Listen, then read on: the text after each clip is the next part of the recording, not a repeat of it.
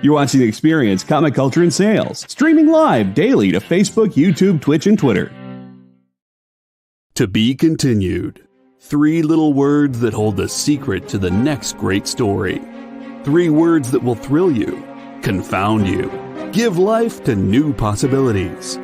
Every variation of To Be Continued is a promise of adventure, a promise of excitement, a promise of unseen wonders and unexplored worlds. A promise that every issue you read makes you a part of a never-ending journey, and behind every page there will be an unopened door waiting for you.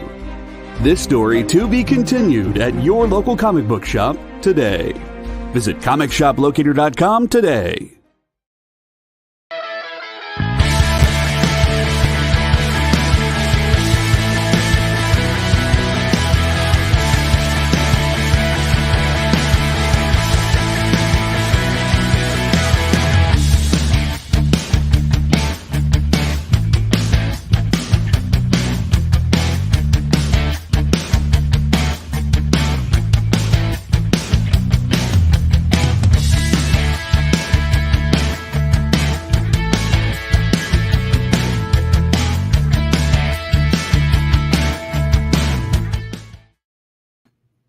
Hey, happy Monday. We're live and late. What's up, Robbie? Yeah, I know. Right? Oh, man, we are late.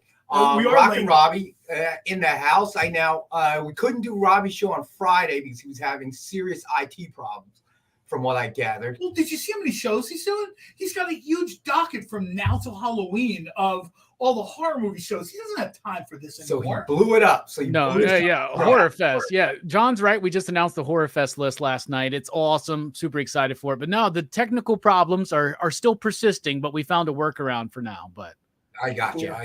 And hi to everybody who's here. Pretty much all the regular usual suspects are here. Yeah, and we appreciate you guys. Certainly we welcome any new viewers. We have a good time here every Monday and Wednesday, but for our regular viewers, I think that this has really grown into a kind of community. It really is. What Dwayne Zapane did last week for Lars Man, by purchasing that ASM for him. I mean, that's the kind of community we rarely have, which probably isn't in the company's best interest, but we rarely have on best offer items. A knockdown, drag them out. What do we care? Neither of us own this company. That's a good point. Yes. Well said, John. Wait, check my lottery numbers. Check my lottery numbers. I was waiting when it hit the big, what was it, $1 billion or whatever? When it got to $1 billion, if I'd have won, you'd have had a knock at the door. Yeah, no kidding. Is it really Rex or is it Skrull Rex? I don't know. It's weird. If you hear me say the words Christmas in July, then you know it's Skrull Rex. It's the EXP Secret Invasion, y'all. You better watch out. We got so much stuff to talk about tonight. Very cool comics. We do. Some very cool comics. But for our buddy John Spilios, the world's probably biggest Punisher fan. He really is. He's the he's like my spirit animal for Green Hornet. He is with the Punisher. Well, he still remembers the Punisher book that you sent, I sent. It was my pleasure. Anytime I see something kind of neat like that, somebody had told me that the original copies of that, the original format, were kind of getting hard to find. Right. Or as usual, they were up on eBay or something at like a ludicrous price. You know what I mean? Right. And I just, there's no way John should be paying that kind of. Somebody told me they saw it for like $90, and I'm like, that's insane. I mean, I like the Punisher too, but that book should be about $20 on eBay.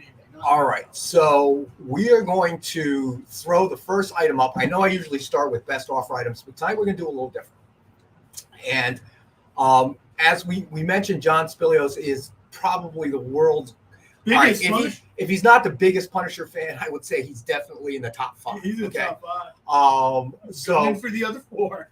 So now we do this from time to time, for especially for our regular viewers. But we're going to throw this up here, and we're going to give John Spilios first shot at it. Avengers #1, and I know that you guys have seen, if you tuned in on Nick's Friday show, these just came in. Marcus said, just claim it, John. Claim it now, John. You know what? Hold on a second. No, hold on. Time out. John just posted something, and I don't want to take away from that at the moment. So I'm going to give everybody a second to read that. And as you know, we'll talk about just about anything on this show. Within reason, and I see no reason not to talk about this. I want to say that John had contacted us earlier in the day with the information, so I knew, but it was certainly not my place or anybody else's place. But John said he wanted to mention it on the chats, and I wasn't going to say anything just in case he changed his mind or whatever. But beyond the fact that especially the regular viewers of our show, for me, John, Nick, Amy, this is grown into a very close-knit community, and that's one of the best parts about it. I want to give, as saddened as I am to hear about all of this, John Spilios, I want to applaud you on your courage. And I know that the reason you wanted to say something is to have other people avoid this pitfall. And that takes a lot of courage. That takes a lot of courage. Most people would just go on and I got to travel for work, or I got to visit family for 30 days and disappear for 30 days and come back. Well, we talked about this before we went on the air, right? Our generation, particularly guys, we'll say over 40, over 45, we're kind of brought up and trained and conditioned to not say too much. Yes. You know what I mean? Like, kind of keep it to rub yourself. some dirt on it. Don't and walk it complain. off. Cry baby if you said it. Rub some dirt on it and walk it off. And I give anybody tremendous credit who steps up and steps out and says, hey, look, I got to take a knee. I'm having, Yeah, I want to say that I'm touched that he shared it with us. Yeah. I'm even further touched that he shared it tonight, because one of the things that we talk about and that we've kind of grown over this last year and a half almost is that this has really developed into a kind of a tight-knit comic club. It's like the comic club. And I feel honored that he would share that with us, that he sees us as close enough now, all of us, on this show, to be able to reveal that to us. I hope that everything goes smoothly.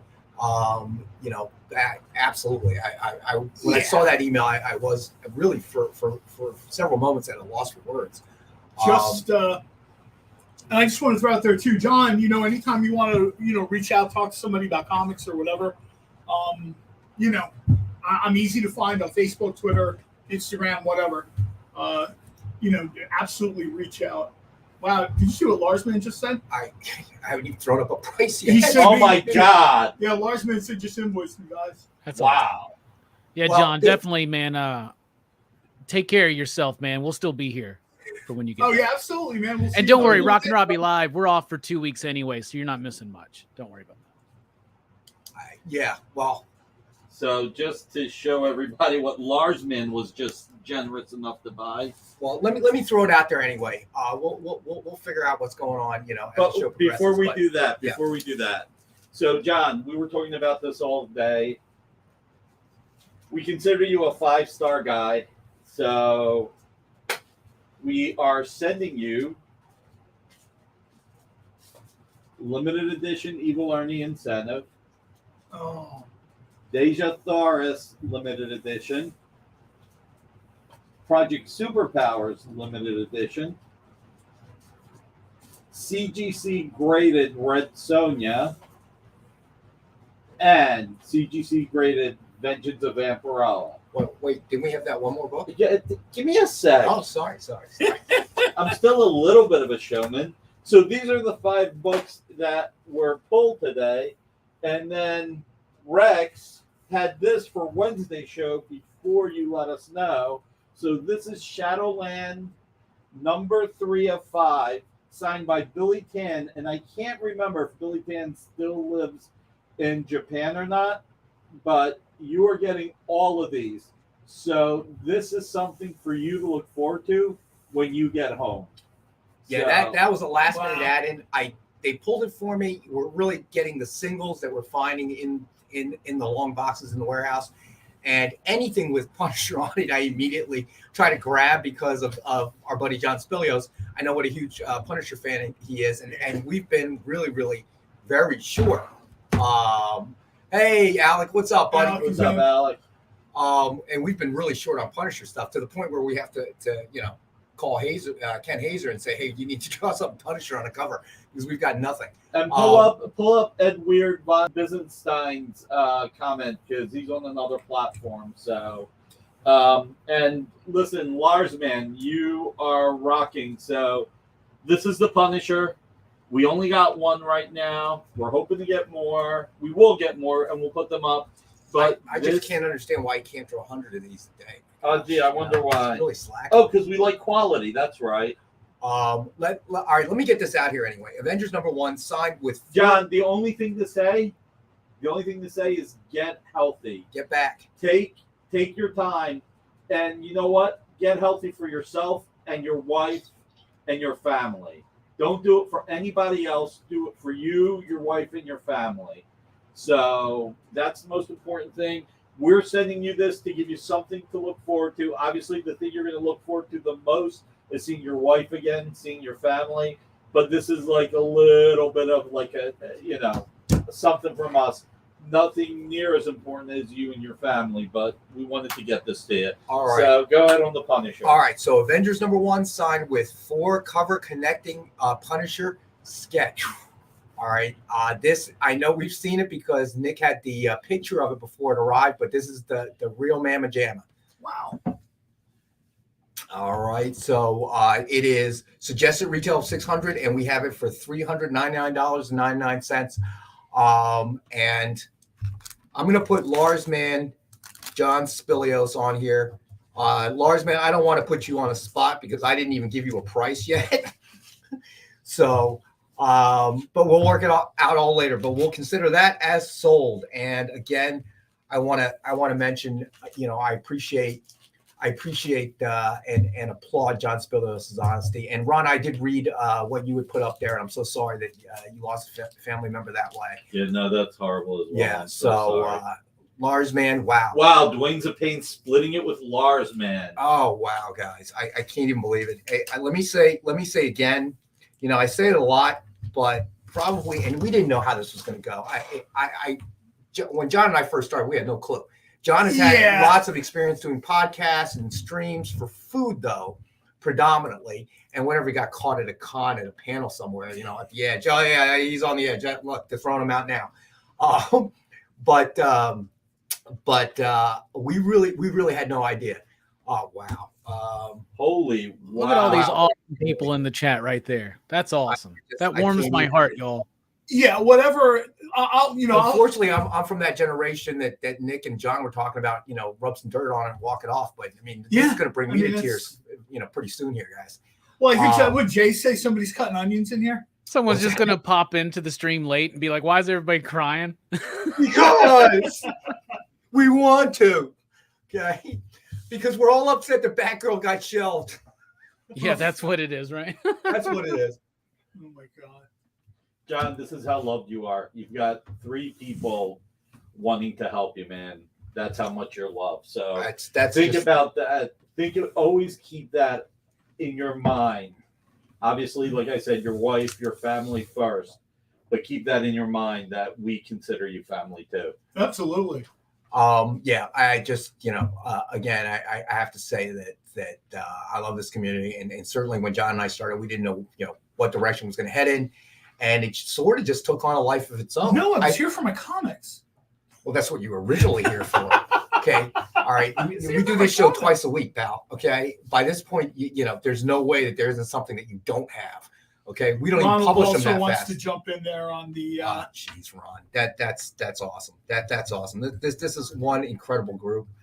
I think we're good. If we're not good, let me know.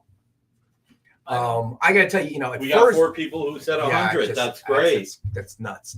Nuts. But I got to say that, when John and I first started the show, I mean, we had no idea what the direction was going to take. And at first, we probably weren't engaging the chats quite enough. And then we decided, let's engage the chats more actively, like, we're all in the same room. And that's really where it kind of took off, I think, I mean, but wow, you guys are unbelievable. This is a great crowd. So supportive, and that's awesome.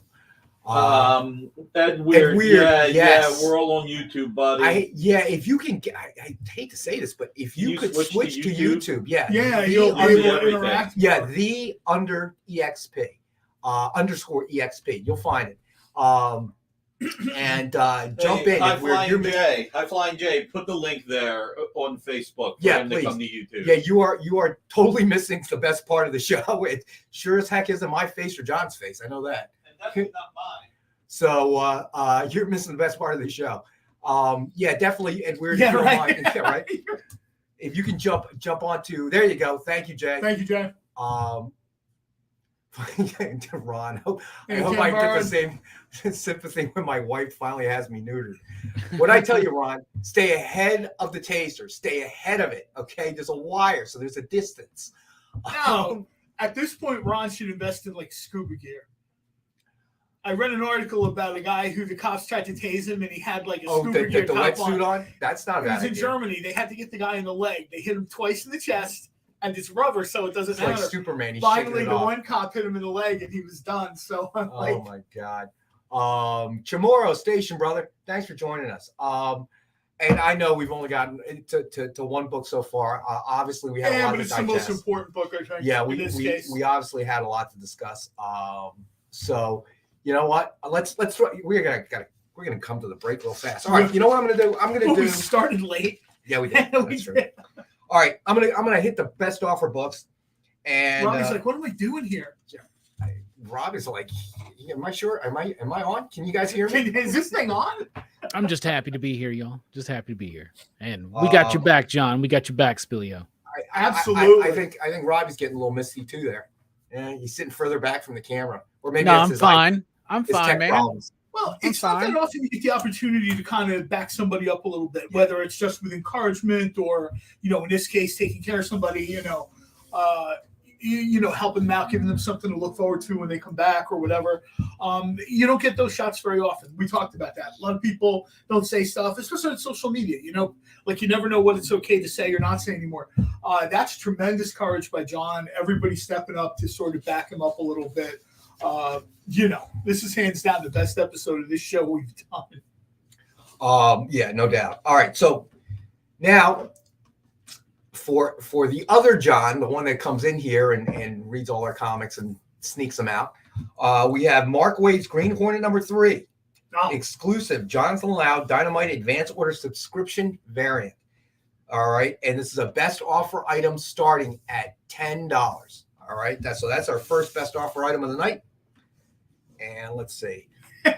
Stevie B, I almost need a Rex cap. Oh, just hold up the book. All right, Stevie B. Here's a Rex cap. Here's a Rex cap. We have Mark Waid's Green Hornet #3 exclusive Jonathan Lau Dynamite Advance Order subscription variant. It is a best offer item starting at $10. All right, there we go. I love that. I love this cover. It's really nice composition, and it looks like it's like Green Hornet Attack of the Kato clones, right? Yes. A little bit. I mean, that's just a very more. That's how fast Kato moves, John. Right? That's how fast he moves. I was just gonna say that's what everybody sees. Those 5 guys jumped me. No, they didn't. Thank you, Kenneth Bird, for saying that. Thank you, Creative. Rockin Robbie broadcast from a state I just recently visited, Alabama. Right. Yep, Alabama. What I saw was beautiful. Alabama's hippest comic store, right? Isn't that where he's broadcasting from? I don't know. I was at the Gulf Coast. That's what I hear. Just No, I'm not at the shop. I'm at home, but. Oh, okay. I was gonna say if he's at the shop. It is Alabama's hippest comic shop. Come on, exactly. man. That's the word on the street, man. I noticed. Oh, Eddie Von B joining us. Very good, man. All right, Ed Weird. Cool, man. No. Oh, wait. Luckily we only had the one book, so we'll throw it up again. We'll throw it up for Ed Weird, Jay.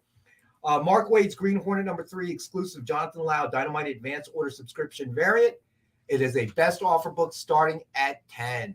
And it's cool to have you on YouTube now, my friend. Now you can scroll back and you can see everything that everybody's talking about. I get asked a lot, like, who's my favorite, like, Green Hornet writer or whatever.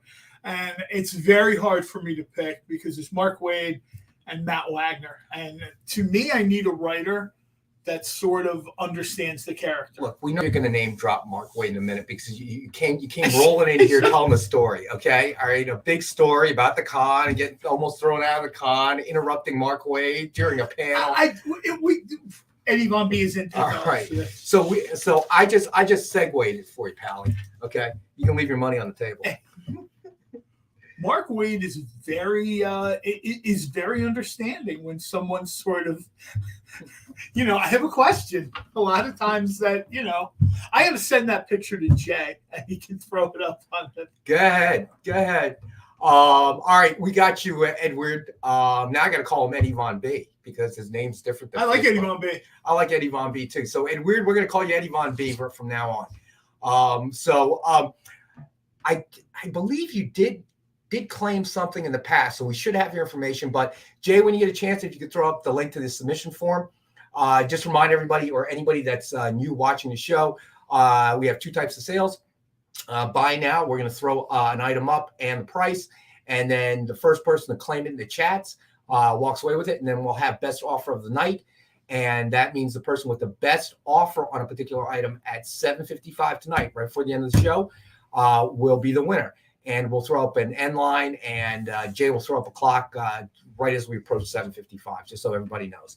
All right. So, all right, let me get another best offer book in, and then we'll have to go to our first break. So we've got Venom number 25, black blank variant signed with Venom cover sketch in silver. I know we've had this before, but this is a different perspective.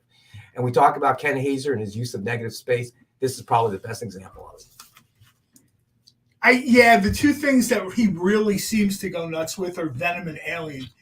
They both sort of have the tongue and the whole. There's so much you can do with it. There's so much you can do. There's some good slobber on this one too. I'll be honest. As a Venom connoisseur myself, I appreciate good Venom slobber, and there's some really good stuff here. The slobber is very important. I agree with you there because you got to have it.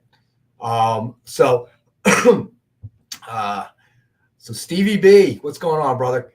All right, so we are at 7:28. So you know what? We're going to go ahead and take our first break after somewhat emotional first half, and then we'll be back in a couple minutes, and we'll get we'll get to the books and talk about whatever we want to talk about.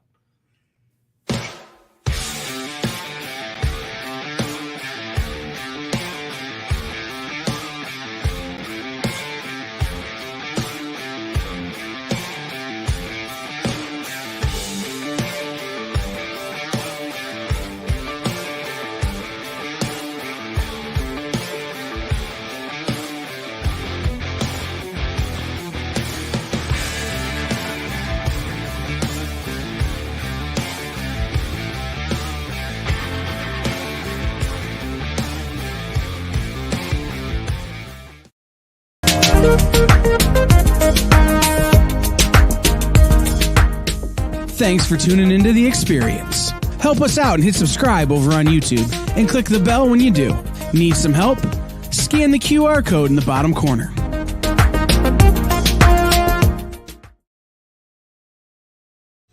You just finished the last episode of your favorite new show and you just have to talk about it. But all your friends are ghosting you because of that incident last week at the buffet. Oh, you know the one. What you did to that chowder. Ugh. Keeps me up at night. So what do? Join writer Dan Wickline as he breaks down all your favorite pop culture media.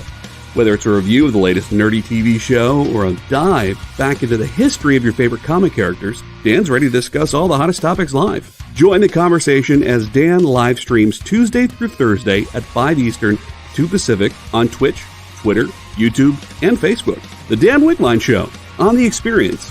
Comic culture and sales. Hi, this is Trish Forcer. And I'm Tony Fleece. We make the Image comic book Stray Dogs. You're watching The Experience. Please.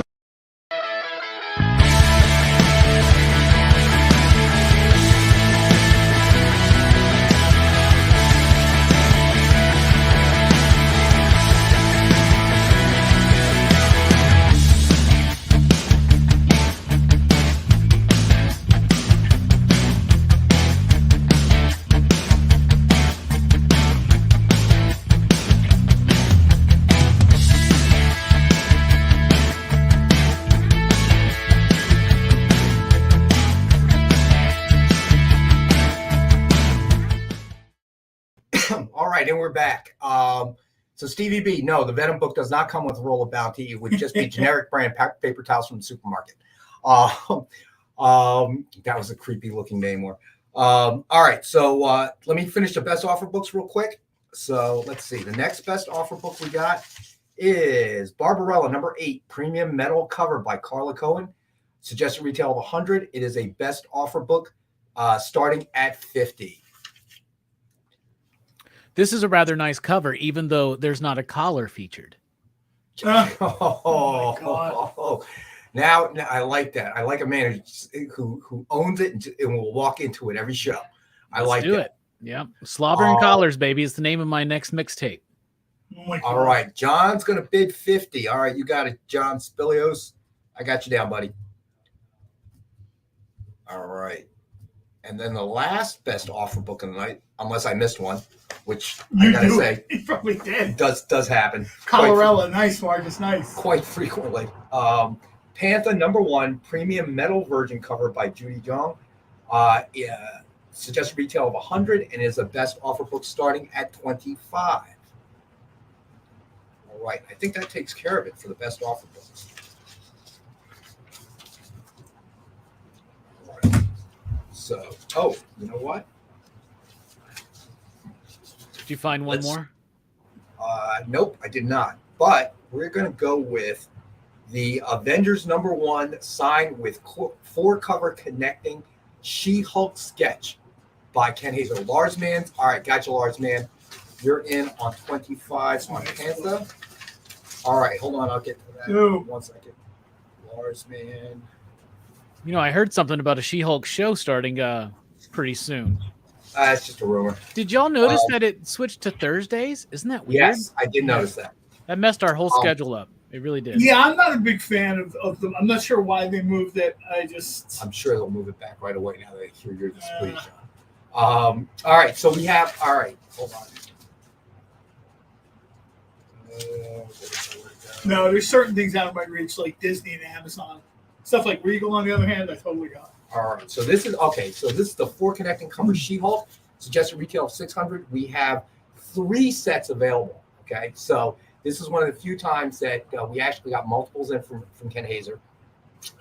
Suggested retail of 600, and we have it available tonight for $399.99. All right, and that is 3 that we have available for tonight. Very cool. All right, and obviously it's an homage to the Savage She-Hulk number 1, right? The first appearance. Yep. Yeah. Which is what, John Buscema? Yeah, I'm pretty sure this is Buscema cover, right? Is that John Buscema? I think so, but I could be off. Nick would obviously know. Actually, you want to take a look at it. Is it says after, right? It does. Yeah, it says after, and I think it's Buscema, but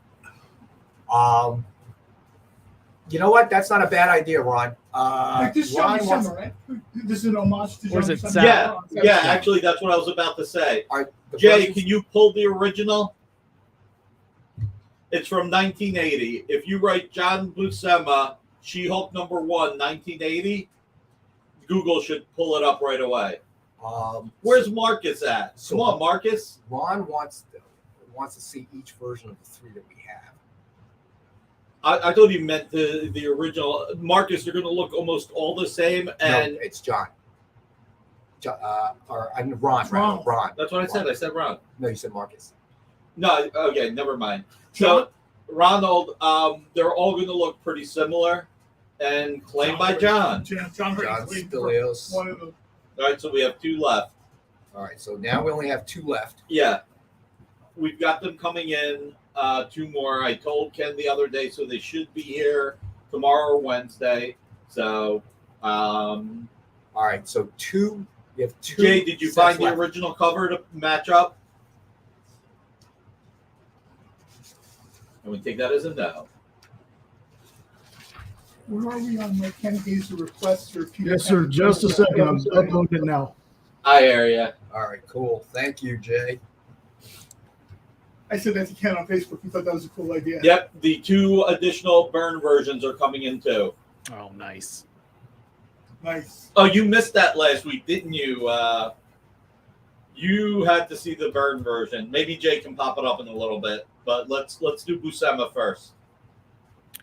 Yeah, I'm a huge Byrne fan. His She-Hulk was one of those books I read when I was a kid growing up. I remember loving that in the early 90s. I think the TV show is going to have some burn energy. It has to, right? It has to. Well, what's the point of doing a She-Hulk show if you're not going to do burn? Right? Well, Burn did the best comedy, whether it was She-Hulk in the FF or She-Hulk on her own. Well, did they give any reason for switching the broadcast date to Thursday? No, I didn't think I saw. There we go. There it is. There it is. Everything but the logo and the trade dress and the two number one collector's item in She-Hulk Lives. I think we got enough out of Ken. The art and the people was the most important. Yeah, Marcus, I was just about to say that the show already has a fourth wall break in the trailer.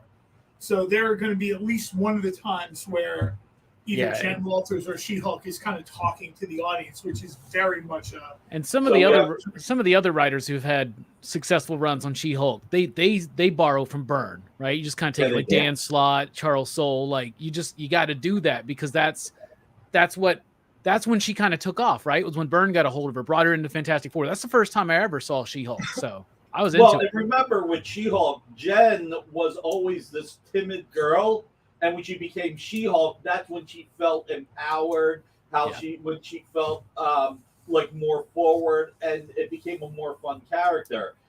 Jay, do you have the two pieces from Friday? We sold out of those, but do you have the two pieces from Friday? The She-Hulk by Byrne homage and the original actual cover. Let me check real fast. All right, and while you do that, we'll. So we got the Superman Wonder Woman kissing pair. What do we got those at? Let's see. All right, so Superman Wonder Woman #1 connecting sketch set. Wow. And signed with the cover sketch of Superman Wonder Woman by Ken Hazer. Suggested retail of $119.38, and we have it for $83 for Superman's 83 years. Ronald, you got a Byrne version last week, yes. So I tell you what, let's do a few things in honor of John. First of all, let's drop this to $60. Let's just drop it to 60. That's in honor of John. And the She-Hulk, we're going to have 3 altogether. And I'm going to kick in a little bit of money too.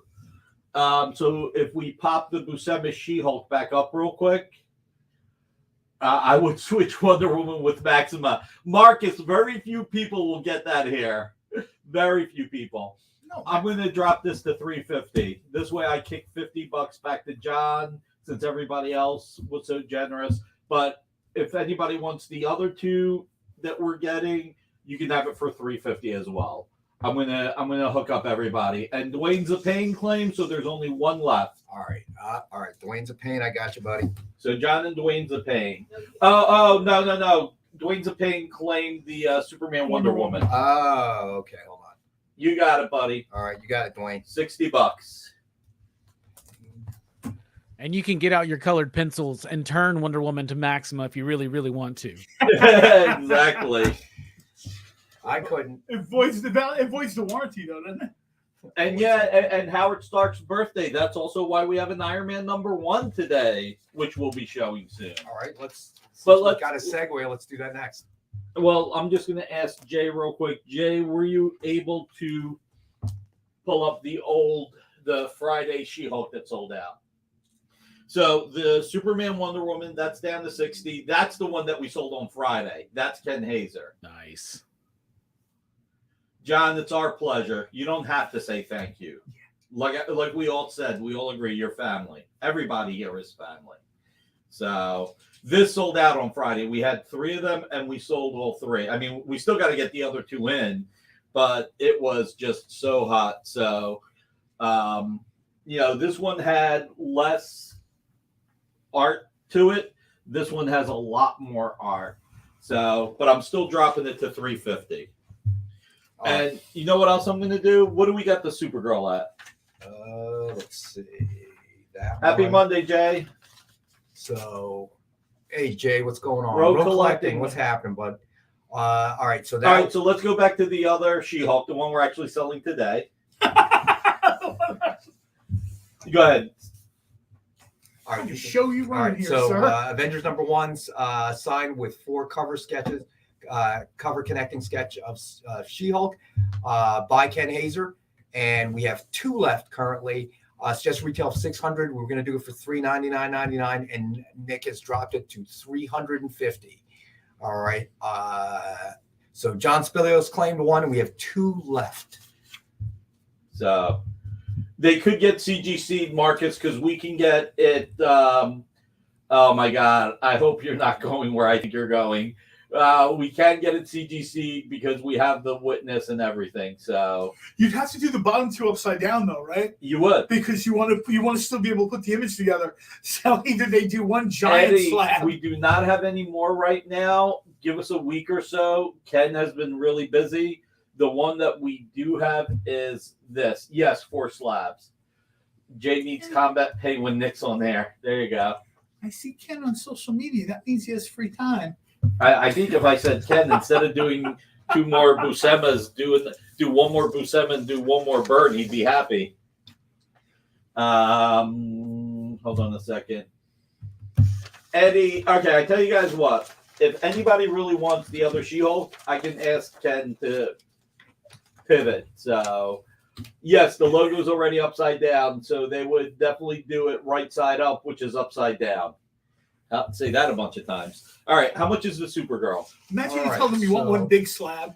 Supergirl, it's just retail of $109.99. We have it tonight for $69.99. Now, this is signed by Tom King and Ken Hazer. Ken Hazer, and you've got the sketch by Ken. So we're going to drop this That's really to nice. $50. And then we have the 2 Mad Bulls versus Garbage Pail Kids that we were going to do at $66. We'll make them $60 each, and if somebody buys both, we'll make it $100.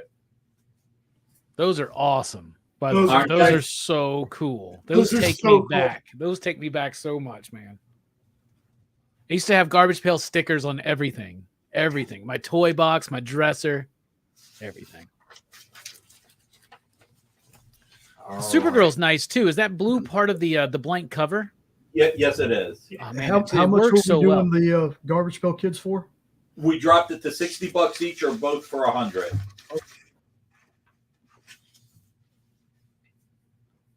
Yeah, that sounds like Dr. Seuss, Inside Upside Down. All right. So did that take care of all of our cover sketches? Yeah, because you did the Venom already. That's right. That's right. All right. And that is best offer starting at 50. You're funny, Manny. Hey, look at Ronald. That was a Wacky packages. That should be the next Dynamite thing, right? Yeah, right. Wacky packages.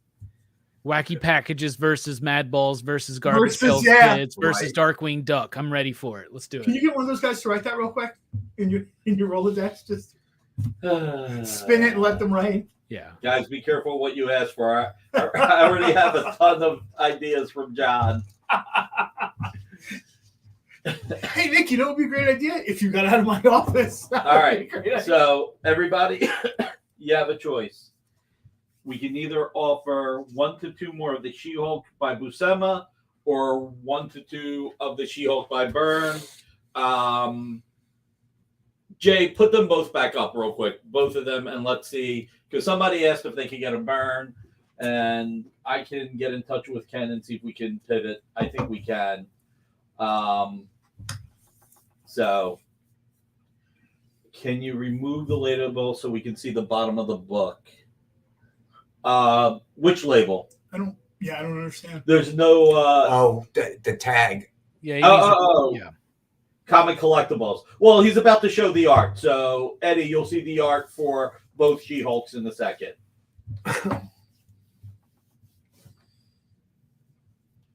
Yep, we got you, buddy. Take a look. That's what it looks like. That's it. That's so. Put together. Can you show the Byrne one as well, right next to each other? I love the background, man. The background is so 1970s. I know. Even if it was 1980. Oh, was it? Yeah. Oh, It was probably drawn in 79. It won't let me show them both on the same screen. I have to take a snapshot of it in a editing program and put it on. Then just show the other one for right now. So we got 2 more She-Hulks left. Next 2 people can decide which one they want if they want it, if anybody wants it. So Dwayne's got his 9.8, and it looks nice. So Great. I can either get 1 to 2 more of these or 1 to 2 more of the other. So, and I am going to let you guys do your show. But for the person who kept saying Iron Man Howard Stark's birthday, real quick. Signed by David Marquez. I think this is the Brian Michael Bendis series. This is from 2015. And with it being Howard Stark's birthday, we brought it in. So it's just retail $49.99, and we have it tonight for $39. There were only 39 signed, and this is number 11 of 39. Yep. That's a great cover. That is a great cover. Yeah, and it's a wraparound cover too, which makes it even better. Yeah. The good thing about the Dynamic Forces holofoil seals is that they are made so that you can open them and read the comic as well. I've always appreciated that, I'll be honest. Put them on the side. So well, you got to read the comic to really look at that. You see that perspective in the back of that makes that pop so well. Yep. I love the jet trail too. Sometimes some of these covers come out. I'm like, can I just open them and display them on the shelf like that? I think they'd sell better seeing the whole image, you know? So here we go. All right. So you know what? I think we've hit enough books here. And do you want to do? Ron asked about the slab. Yeah. We can do a slab. You want to do a slab? Let's do a slab. Somebody wake up Ron. We're doing a slab. Do you use the slab or CCA? I don't remember. All right, well, let's do a slab. All right, here we go. So we've got Spider-Punk #1, CGC graded 9.8. Oh, it's suggested retail of $99.99. We have the one available tonight for $62 for $19.62. For 1962, the birth of punk rock. Amy just brought up a good point. Real quick.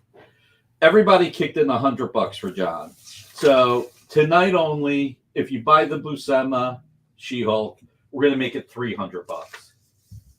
So this way, and that's for everybody. So John, you get $100 discount plus everything else we're giving you for free. And the next two people, two people can buy either the Buscema She-Hulk or the Byrne She-Hulk, they'll be $300.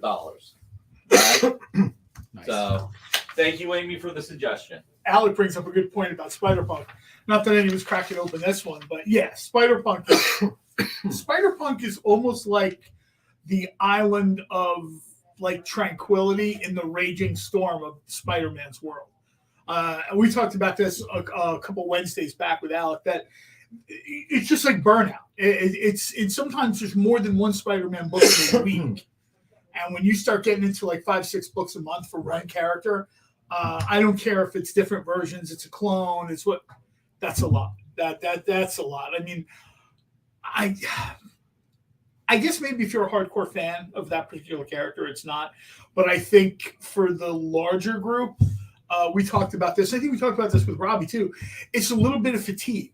If you're a Batman fan, if you're a Spider-Man fan, go back in the X-Men. They're going to start that again. How many Avengers books are there? Right?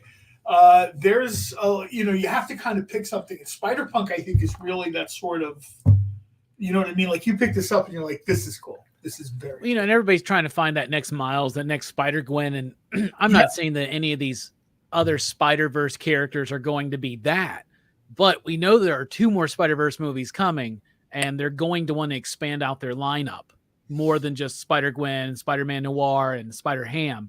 Spider-Punk is going to be one of those ones I'm sure they're going to utilize. Creative keep, yes, there is. So the question now is, Nick has made it so that because Ken is currently working on them, you can either get the Buscema one or you can get the Byrne version. All right. So this is the Buscema version. All right. And then that's the Byrne version. Now, originally we had it at $399.99 creative, but Nick has come in because of the generosity of this group, with John Spilios. It went from $399.99 to $350 to now $300, and we have 2 sets available of either the Buscema or the Burn.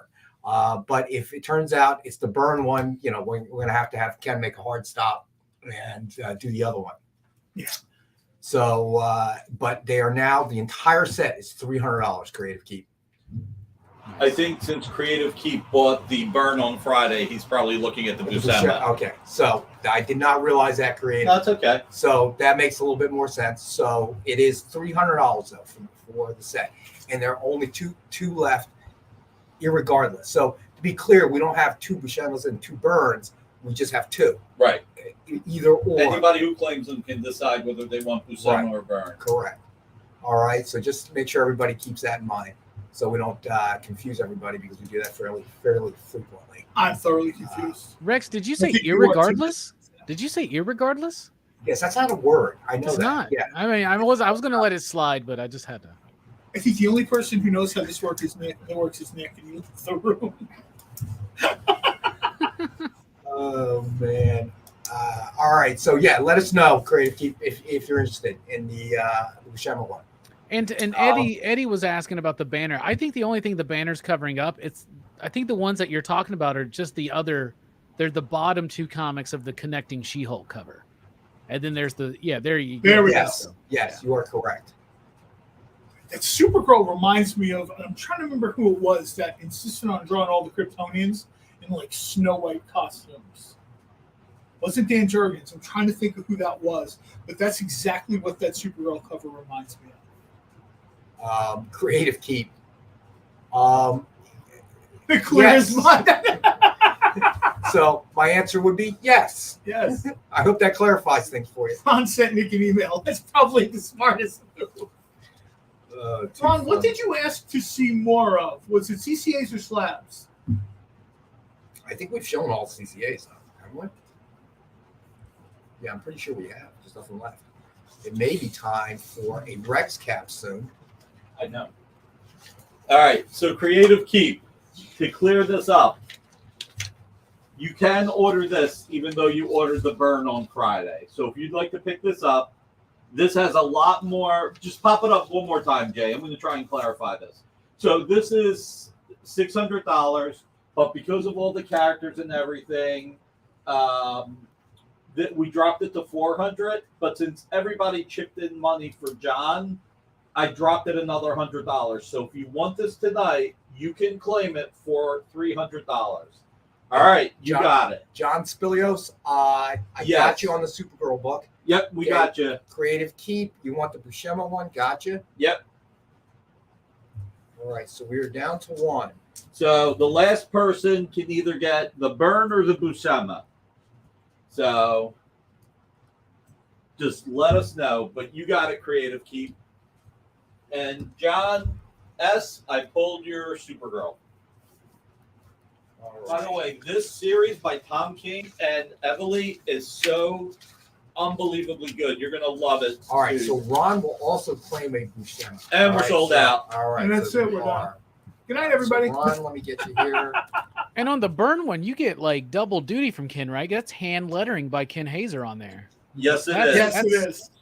That's an extra page rate, just in case anybody doesn't know that. So you're getting an extra deal there. I'm just saying. Yep. All right, so those are now sold out. Ken's not a bad letterer. I'll be honest, not a bad letterer. I'm not.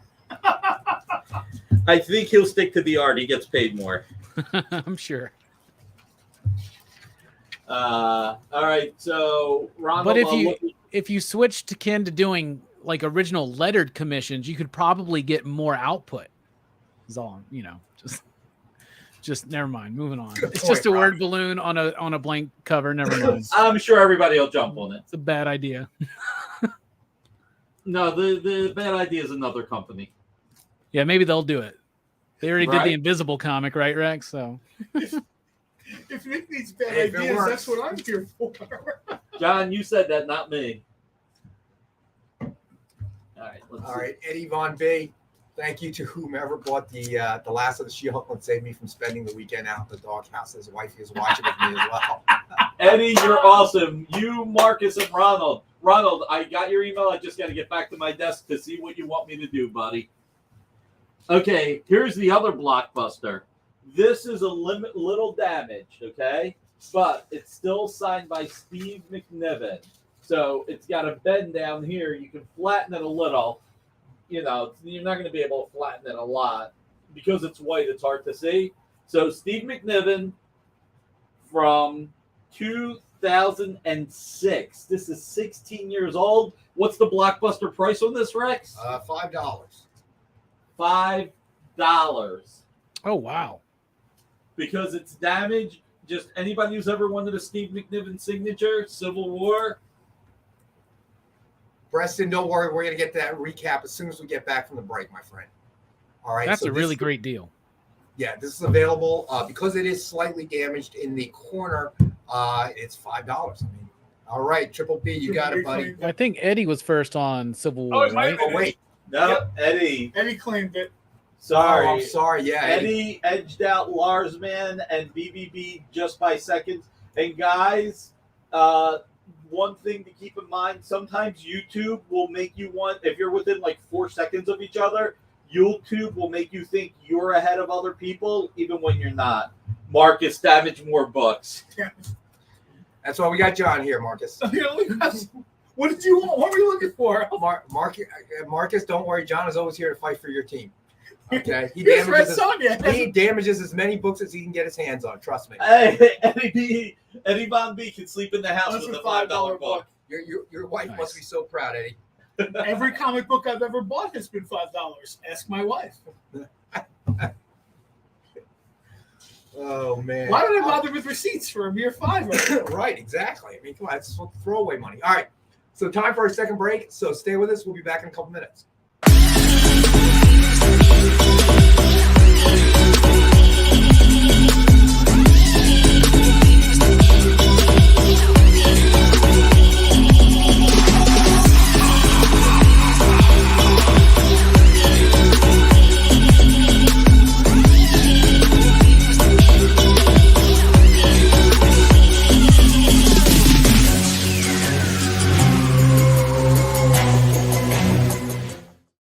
Who would win, Batman or Superman?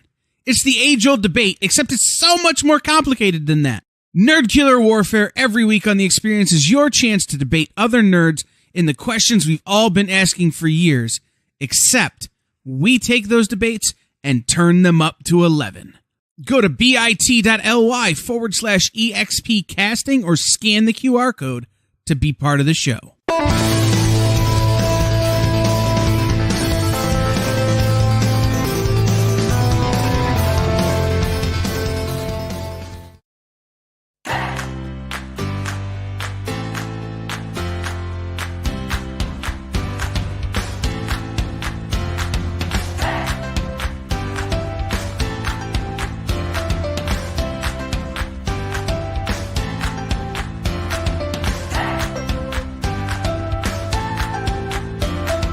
There's something for every imagination at your local comic shop. Visit ComicShopLocator.com to find a store near you.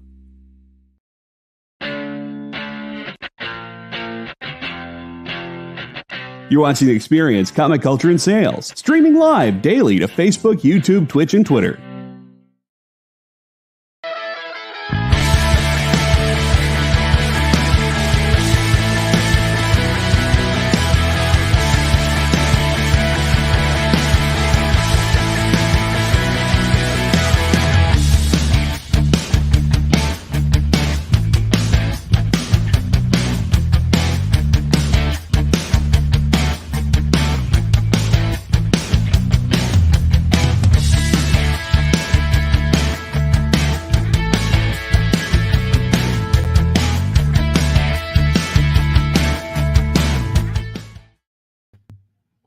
And we're back. So Eddie Von B, that's good. Better hope she's not reading the chats right now, my friend.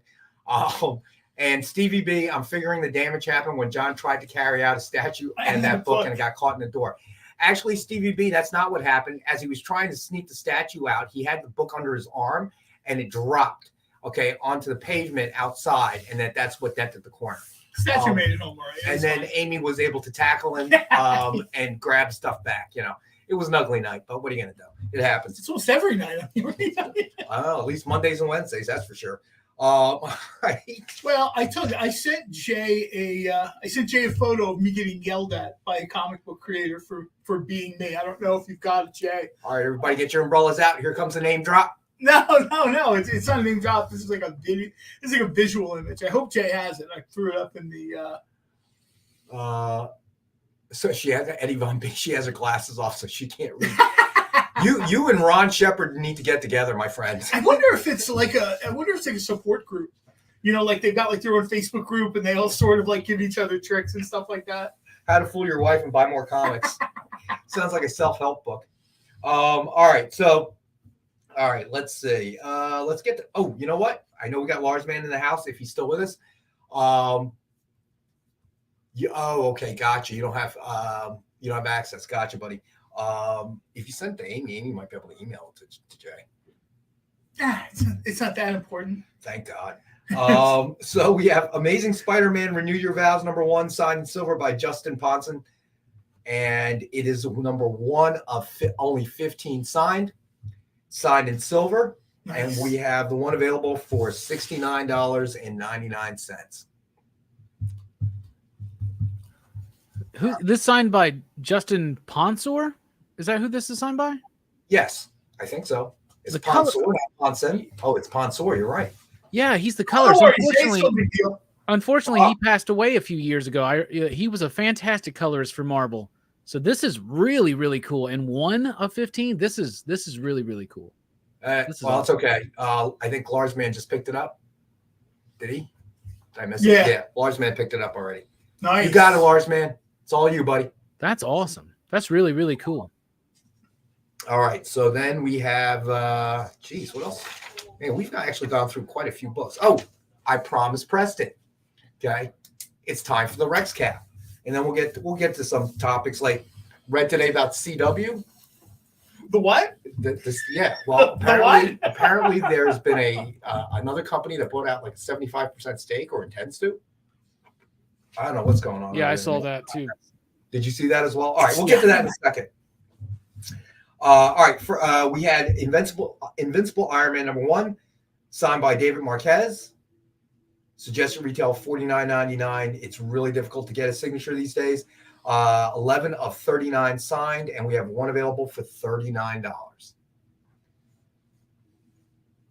Then so this is a best offer book up next. Mark Waid's Green Hornet #3.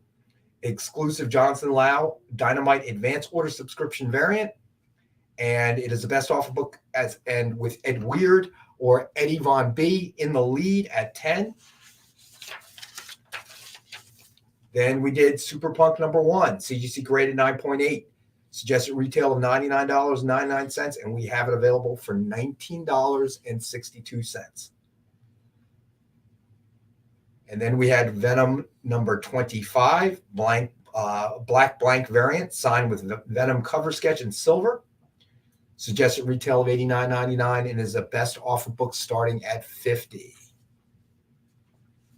All right. And then we had the 2 Mad Balls versus Garbage Pail Kids #1, which has been a big hit here for Dynamite. All right. So you have the blank variant signed with Nasty Nick / Evil Eddie cover sketch. Well, that's the other one, but we can do that one. There we go. And it is suggested retail $99.99, but we have it for $60 tonight. Eddie Von B. I did not, my friend. I said $19.06, $62 for 1962. Sorry about that. Triple B, you heard me though, right? $62 for 1962. I heard that Nasty Nick was Nick's nickname in college. I've always heard that. I don't know. Boom, boom. But let me see. All right, Triple B, I'm going to jot you down here. If turns out I said it wrong, I apologize. But it is $62 for Spider-Punk #1. All right, so where did I leave off? Okay, so then we had Mad Balls versus Garbage Pail Kids #1, Puke Green Edition, signed with Alligator's cover sketch. Suggested retail of $99.99. We have it. All right, Triple B, you got it, buddy. We have that available for $60. If you purchase both of the Mad Ball CCAs, it'll be $100 for the pair. All right, and then we had Barbarella number 8, premium metal cover by Carla Cohen. It is a best offer book, and John Spilios is in the lead at 50. And then we had Panther number 1, premium metal virgin cover by Judy Jong. It's just retail of 100 and is the best offer book. And Lars Man is in the lead at 25. Eddie Von B used to use Evil Eddie card as his profile pic on Facebook. All right. Evil Eddie, man. All right, so that finishes the Rex cap. All right, so let's see. Let's do some dynamite books. What do you think? Or should we do another slab book? Let's do another slab. Do another slab book. All right, so we got Batman, Teenage Mutant Ninja Turtles. Oh, not that one. Do that. Okay, that's all right. We won't do that one. Then let's do this one.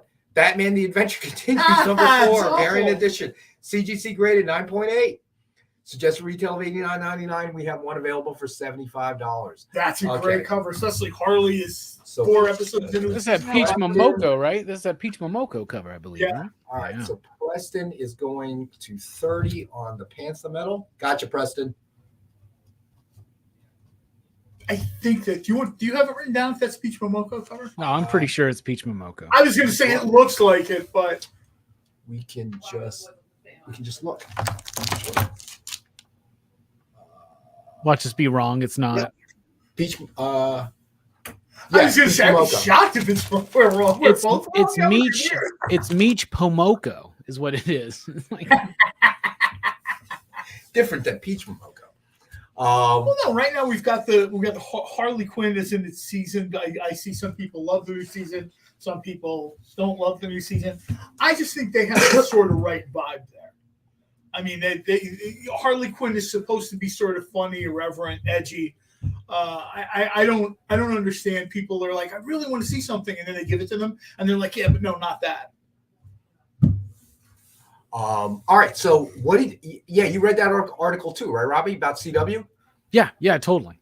Yeah, it's Nexstar. So Nexstar Media Group is going to acquire 75% of a majority stake in the CW network from Paramount and Warner Brothers Discovery.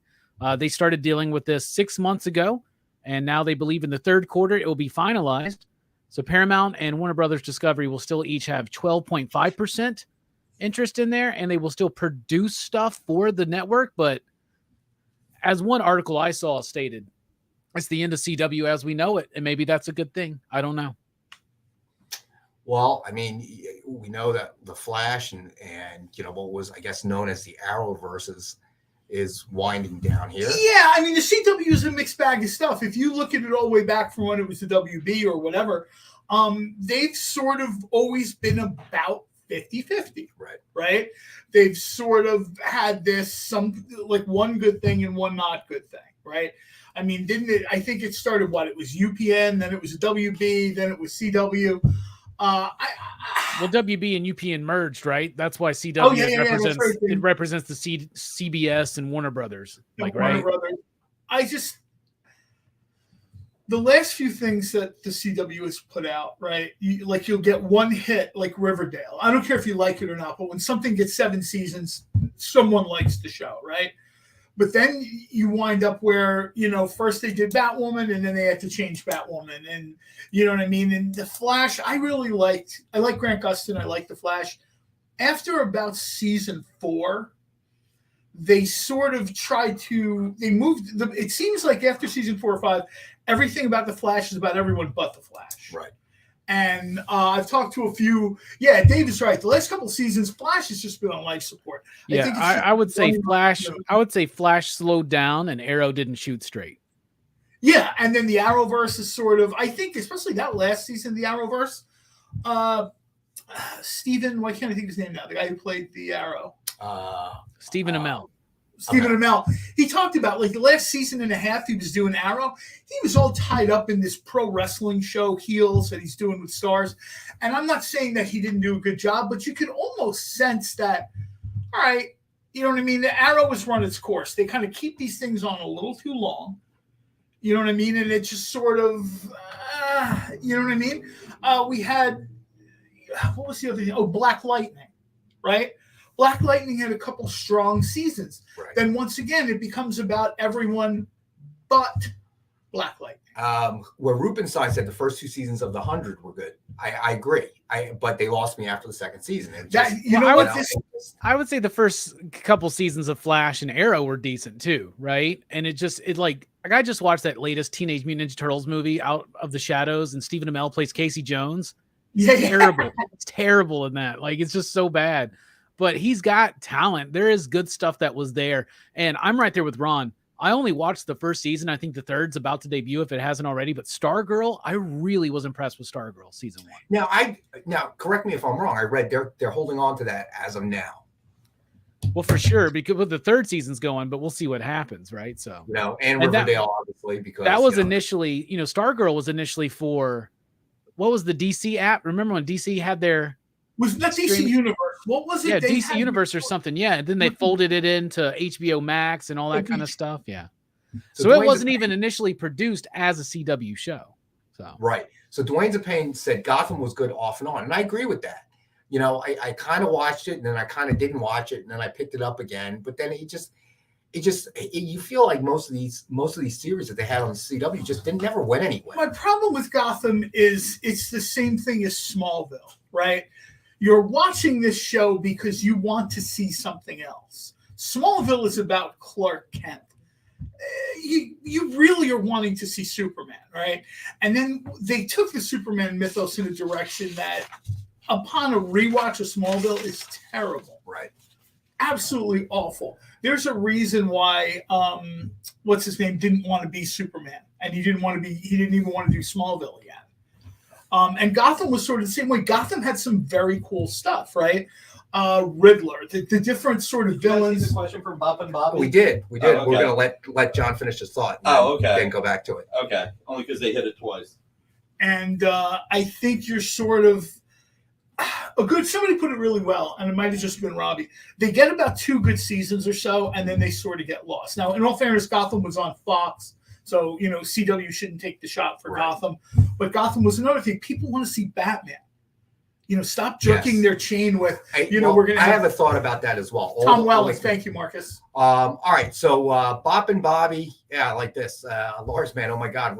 Rockin Robbie's cousin, Bop and Bobby, has joined us. Yeah, what's up, Bobby? Hey, Bop and Bobby. Welcome, man. All right. So, if we could throw up the Batman, The Adventure Continues, number 4, the Peach Momoko cover. CGC graded guaranteed 9.8, and we suggested retail of $89.99, and we have it for $75 tonight. All right, and Bop and Bobby, if you haven't put a claim forth, Jay, when you get a chance, he'll throw up a link. That is a submission form. If you want it, go ahead and throw it up in the chats, and you claim it. Yeah, Dave, that is a great Momoko cover. It really is. And then make sure to fill out the submission form so we have your real name and also, most importantly, ship to address, and we'll send you out. We'll email you out an invoice and include obviously your email, which is one of the fields in the submission form. All right, and thanks for joining us, man. Chamorro. I thought maybe because I read it and he had Meech Pomoko. Not a problem, buddy. Manny's got a bad habit. He likes to just on the spot. Will just make up a YouTube really account. Is your brother then? Yeah, he'll just do that. That's my cousin. Yeah. Thanks for derailing the show, Manny. I think you owe us $10 now. You owe Ron $10. How about that?